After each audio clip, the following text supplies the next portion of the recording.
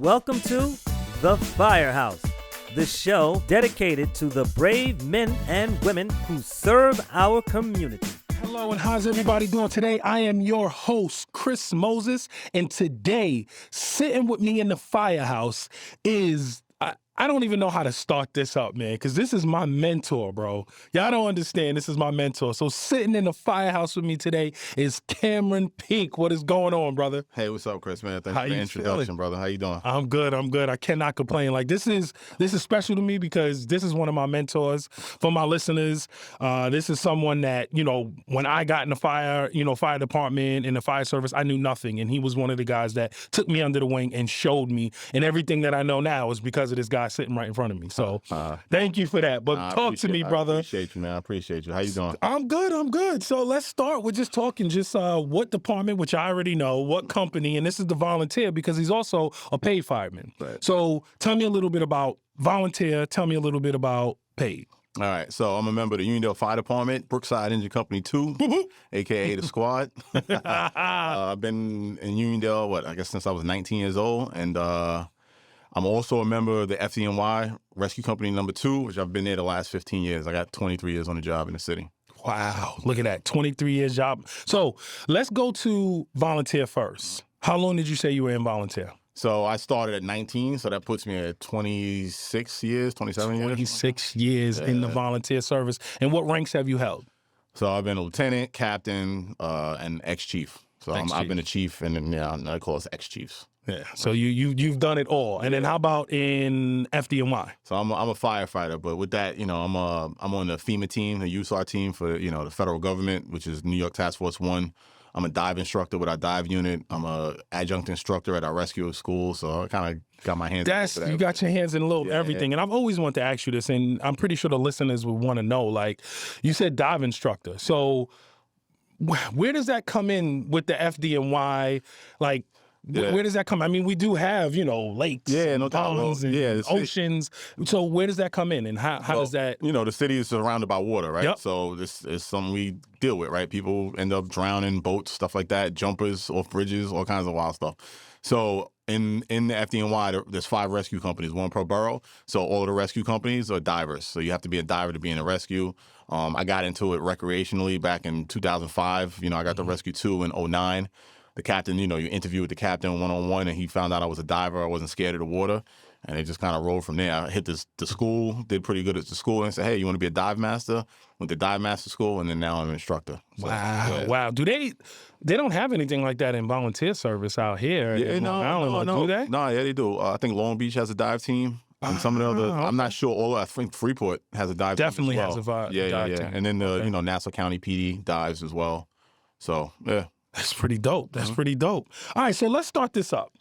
We said 26 years in volunteer. How many in FDNY? 23. 23 years in FDNY. What makes you wake up at, you said 18 you started? Yeah, 19. 19 and say, I want to run into a burning building. Like, where does that happen? Walk us through where that happened and how that started. So it's a long story. Actually, you know the person and the people kind of involved. So I just come home from the military, kind of sitting around like, all right, what am I doing now? Got back into college, whatever, and my boy Harold Long, and his mom went to a recruitment event at McDonald's in Uniondale, and his mother was like, hey, I want you to go check out this fire department, the Uniondale Fire Department, and I'm like, what's that about? He goes, yeah, it's volunteer. I said, hold up, you running to burning buildings for free? He goes, yeah. I was like, you bugging, bro. So whatever, I had a car. I drove him at the time. I didn't even know where the Firehouse was. Lived in Uniondale pretty much my whole life between here and Queens, right? And we drive to the Firehouse. We meet the recruiter, and we start talking to him. And I'm like, man, this is pretty good. Like, I'm interested. I walked in and saw the fire trucks, and I was hooked. I was like, yo, the apparatus floor. I walked in and was like, yo. And so he's talking to me. He thought I was like 16. He was like, oh, you could join the juniors. I was like, how old do you think I am? I was like, I'm 19, bro. He was like, oh, you could join here, Okay. And that was it. Never looked back, man. Never looked back from there. Never looked back. Wow, man. That's crazy that you walk in, and I know how that feeling is, walking in, never being that close to a fire truck. Yeah. Right? To a fire engine, to be that close, and then all of a sudden see it, and it's like, yo, now you hooked. Yeah. Now I want to know what's going on. And after my first fire, and then you could relate, it's an adrenaline rush like none other. And it's hooked. Like, and the cliche, I like to help people. Yeah, which is true. We do this for a reason, right? It's a calling. But that adrenaline rush is different. It's no joke. It's funny. We were talking with Eric Turner, which is another firefighter that you guys will hear his story. We were talking and talking about our first fires, and I was telling him for my first fire, I was actually with a friend of ours, Renan Axius, and that first time being on that lawn, I'm on the lawn, scotted up, fully sucking in air. And he looks at me like, what are you doing, buddy? Take it off. We even get to the door. Rookie mistake. Rookie mistake. I get to the door and he disappears into the smoke. Yeah. And same thing for Eric. It was like, these are our mentors. I was comfortable to follow him. I wasn't scared. I'm like, well, let's say this. And this is what we were saying. Everybody should be scared. Yeah. And that's one thing I want to say. Any firefighter, and this is for everyone listening, any firefighter tells you they're not scared, that's not true. They're lying. Listen, you run into a burning field, of course, but that shouldn't hinder what you do. And that's something I learned from you. You suppress it. And there's different levels. Like when you're a new guy, like their first, it could be a quick 2 cents fire where I'm like, all right, we got this, let's go. And, where he's nervous and I'm like, you go in with a little kind of, you got to be safe at the same time. As opposed to like, the gloom and doom fire where I'm like, whoa, but you still suppress it. Your training takes over and you got your brothers and sisters in arms with you and you just go do what you got to do. Go do your job. Go do your job. Yeah. All right, so I want you to walk me through a typical day. First, let's do the volunteer services. A typical day, as we know, if you don't know, you've been listening, Sunday is our day at the Firehouse. Right. So Sunday, walk us through a typical day on a Sunday at Brookside, Company 2. All right, so on a Sunday in Brookside, usually you get there like 8 a.m. Guys will we'll either go to the deli real quick or guys will bring food and donuts or bagels or whatever and we'll kind of, eat, have something, and then you start cleaning the firehouse, right? You got to take pride in your home, right? So we'll come in, you'll vacuum, mop the floors, clean the bathrooms, clean the rigs, wash the rigs, clean the apparatus floor.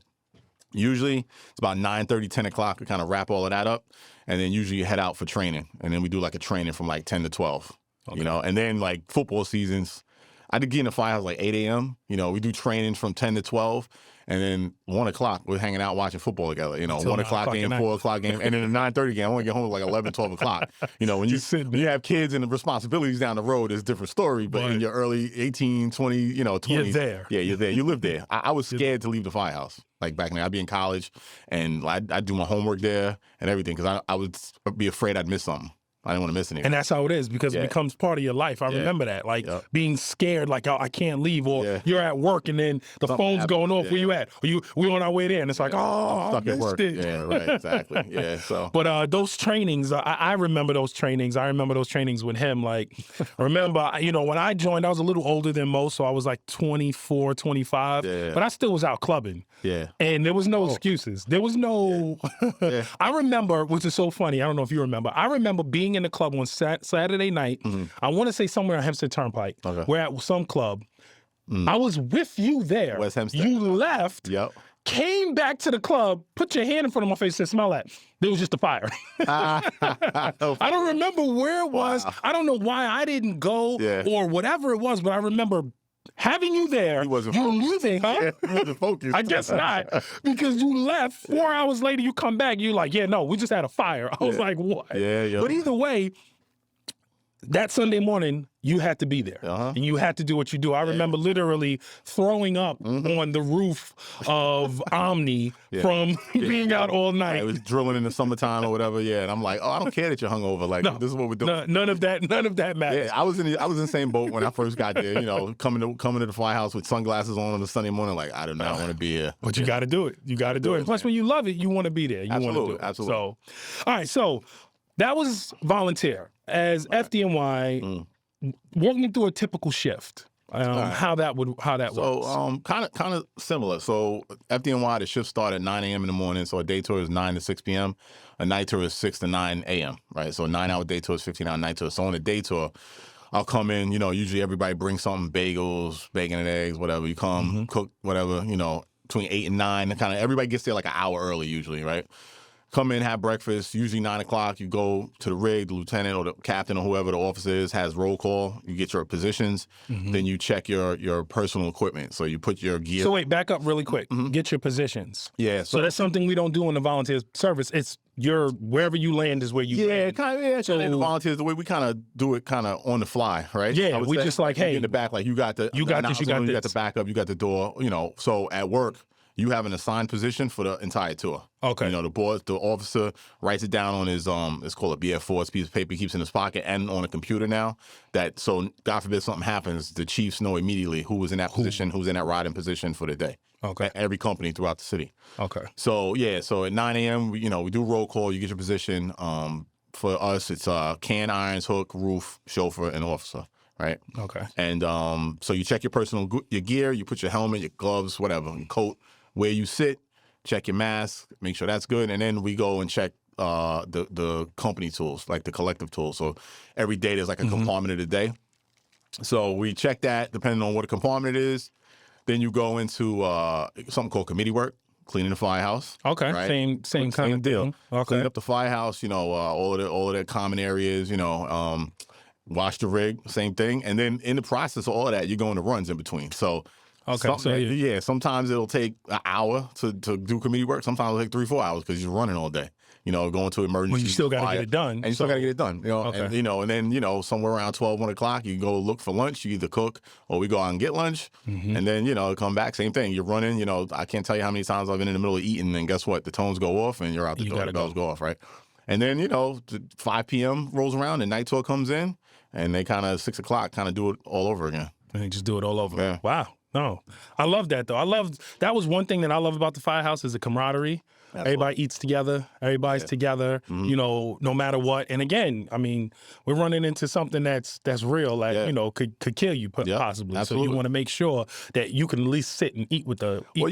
That's all the thing with like team building type stuff. You know what I'm saying? Like breaking bread together. I mean, you're risking your lives together. You got to sit down and be able to eat a meal together. And. On top of doing things outside of the firehouse, like social things, with family or whatever. So I love that. So I got a question for you. Listen, 26 years volunteer, 22 years paid. I know you got some stories. I know you got some stories. Yeah, there's a few. So I need at least 2 good stories. At least 2 good stories. So 2 good stories? Talk to me. 2 good stories. Oh, man. Good. Well, I don't know if this stuff is... You know what? Let me start. Because I got a story okay. With me and you. It was on, I want to say Dale Place. And I remember, I think it was Lamont. Okay. Fell through the floor. Yeah, Christmas morning. Falls through the floor. I'm in the living room, I believe, or was the kitchen, or where it was. He comes, I'm sitting here, and he's straight through. Yep. All I remember is seeing him down, and then I see you look over out the hole, and you're looking down in the hole, and that's when you hear the maydays, and everything going on. But I am nervous. Now I'm bugging, and you come down, and the level of calm on your face, literally, just so you know, calm me down. Yeah. And mind you, you're scotted up, but I can see your eyes, and I can see Peak is calm. I can relax because I'm like, he just went through the floor. This is going on. Oh my God! Yeah, I was. John fell at that time. Yeah, I wasn't even the first guy to him. I think Darrell Riddick. Remember Darrell? Yeah. It's funny. Darrell works with me now in rescue too. We met at 18 years old and out here, and now we work together. Wow. So yeah, it was Darrell. Renan was there. Yep. Yeah. So everybody. It just happened to be like all of the kind of the right people were there. So yeah, it's kind of crazy how that happens. But yeah, you got to kind of maintain your composure in those situations, and that was I don't even remember how many years ago that was at this point, but a long time. I've grown since then and evolved and had way more experiences since that even, So and that, just for our listeners and our people that want to join the volunteer services, that's what it's about. It's about being with those mentors and being with those senior guys and learning from them and knowing that you can trust them and. Right. Even just your brotherhood, just knowing that you can trust them. But again, I need some stories. All right, so here goes a funny story. I'm gonna put myself out there when I teach and stuff like that. People go, you got to put yourself out there to kind of make it real to the people. So I was maybe right off probation. We were hanging out at Van Ness Fire Station right here next to Hofstra. Okay. And a fire call came in behind Van Ness, like the block behind. I forget the block.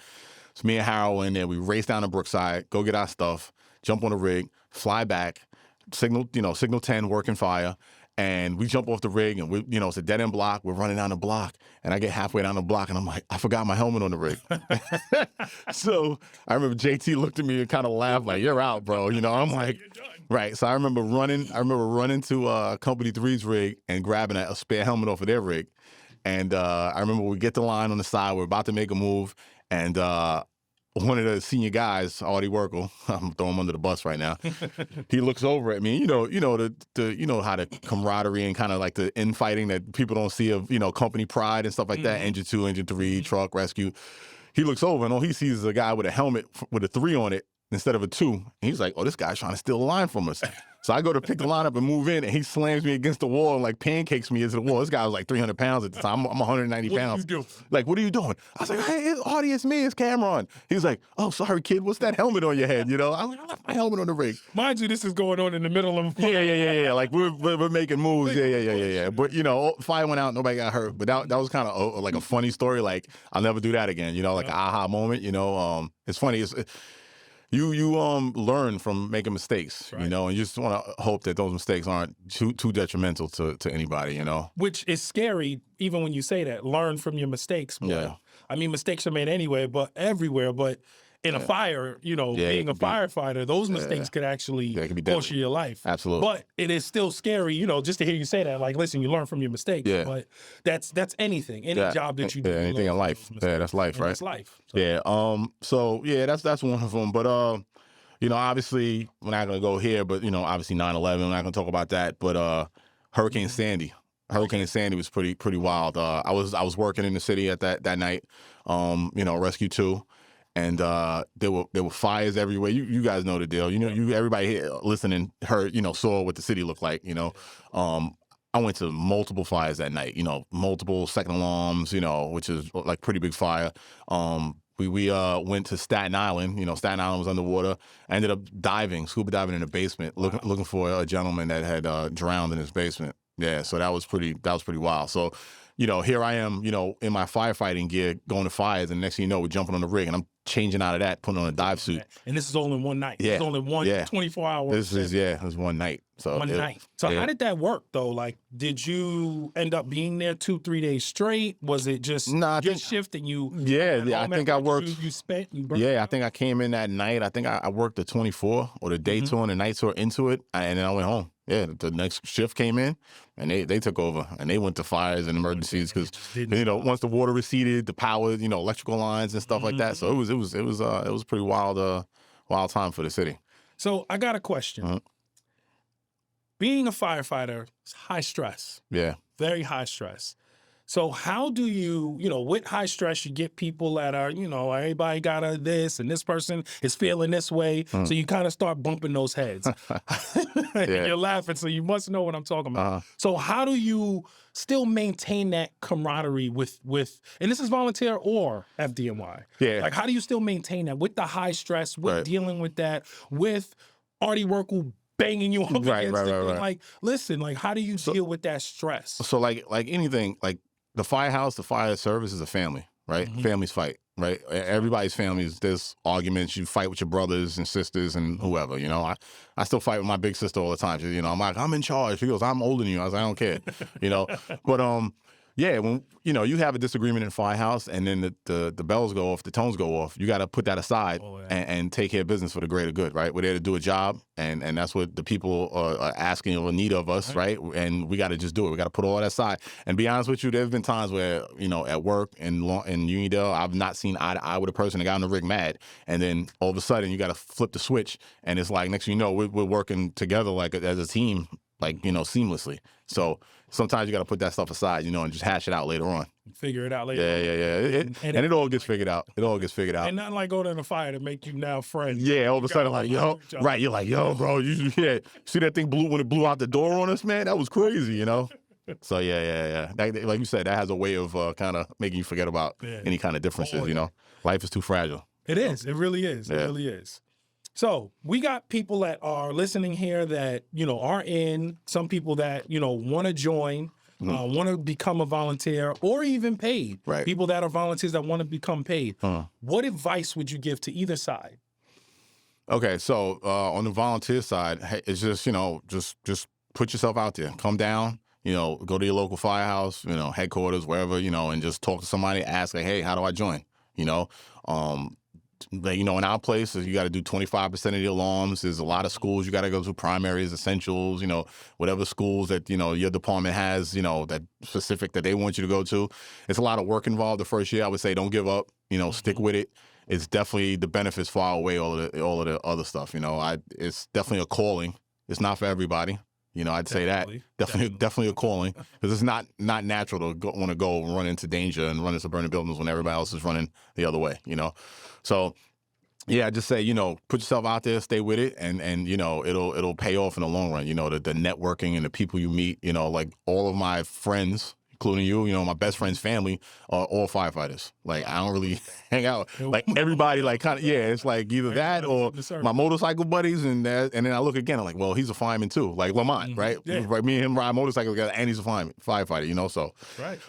And then with the city, FDNY, it's actually funny you asked. There's the filing period for the next test is coming out June 24th to August 9th.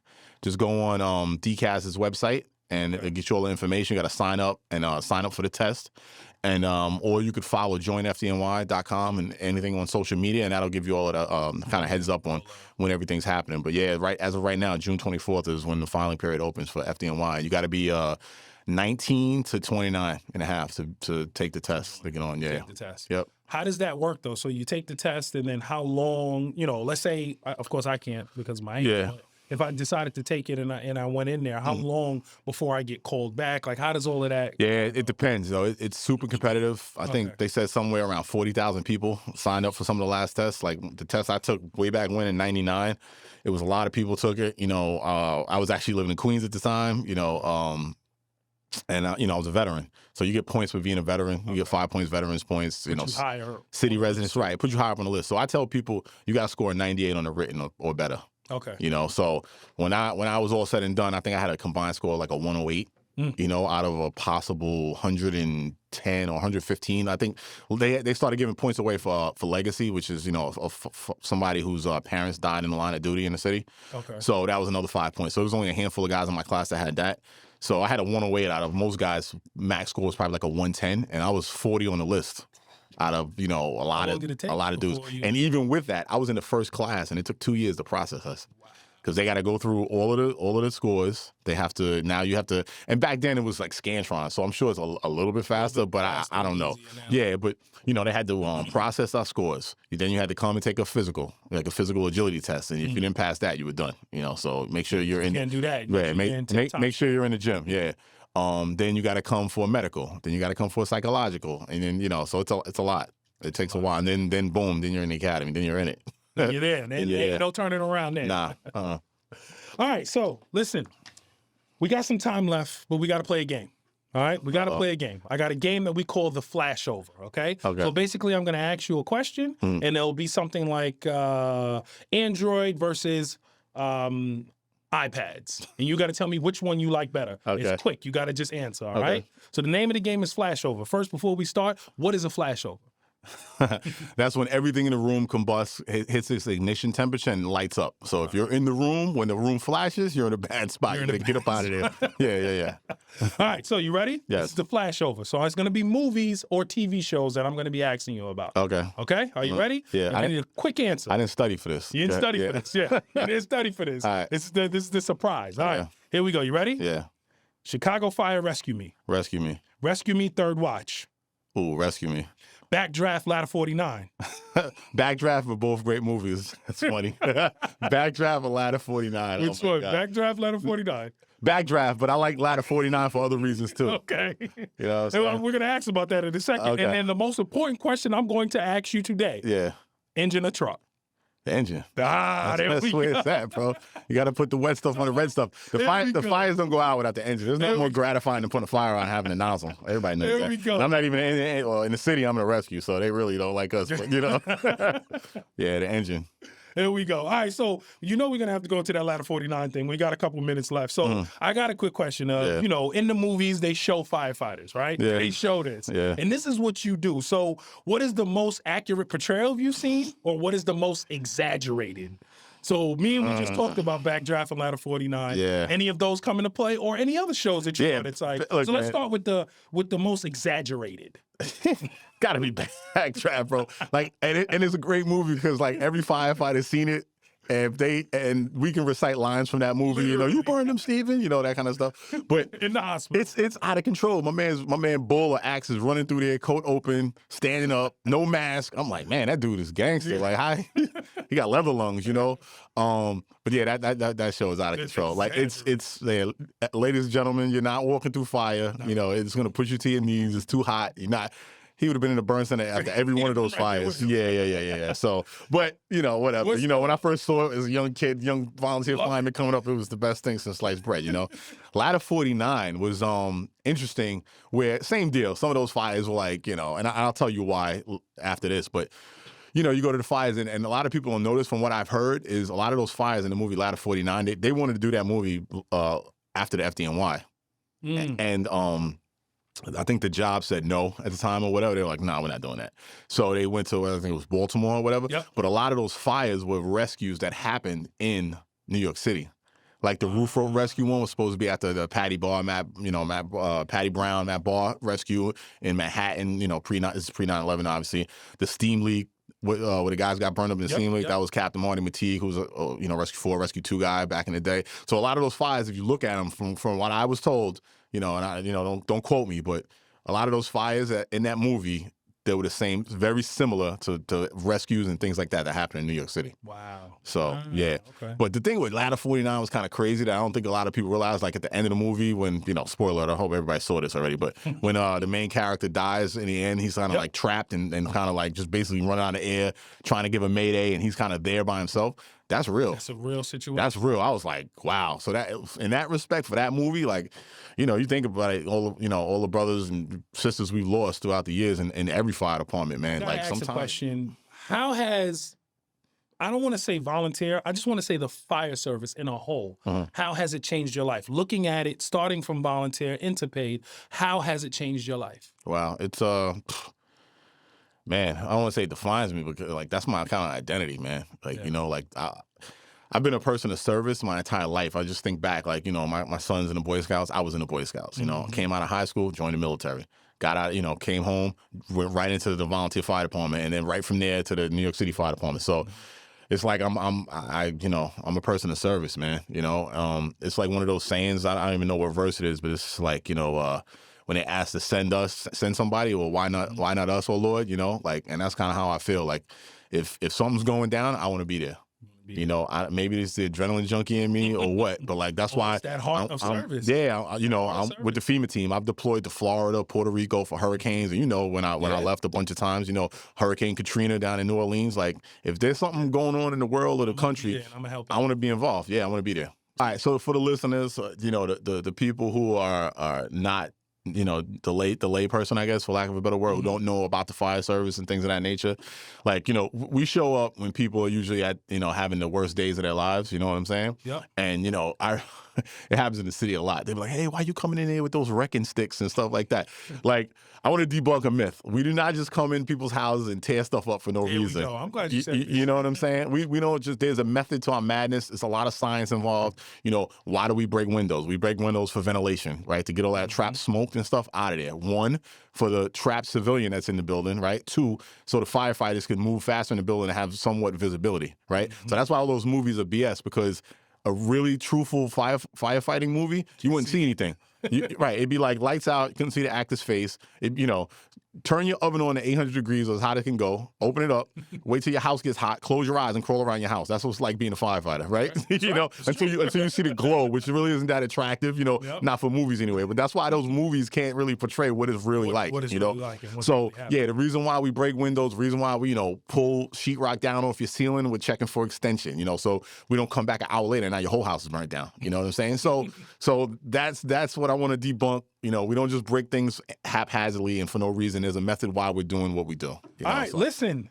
Thank you, man. No, I appreciate you, bro. I'm proud of what you're doing here. That's just Listen, what's up. yeah, man, we got to start bringing some awareness, man, to the definitely. fire services. Yep. There's people out there that don't know, and this is how absolutely. they'll know. We start getting it out there on the airwaves, man. I like it. Hey, man, whenever I'll come back. Whenever you need you're me. definitely coming back. Oh, okay. You definitely going to come back. Listen, don't trust me. Sounds trust good. me. Trust to believe you're definitely coming back. All right. But thanks, listen, man, thank you for coming through. Thanks for having me. Kind of talking, pleasure. all right? Nah, my pleasure. Thank you. So listen, we have just heard from Cameron Peak about his life as a firefighter. I hope you guys enjoyed the conversation. Please like, share, subscribe, do all of those things. Listen, I am your host, Chris Moses. Stay tuned next week for another great conversation in the Firehouse.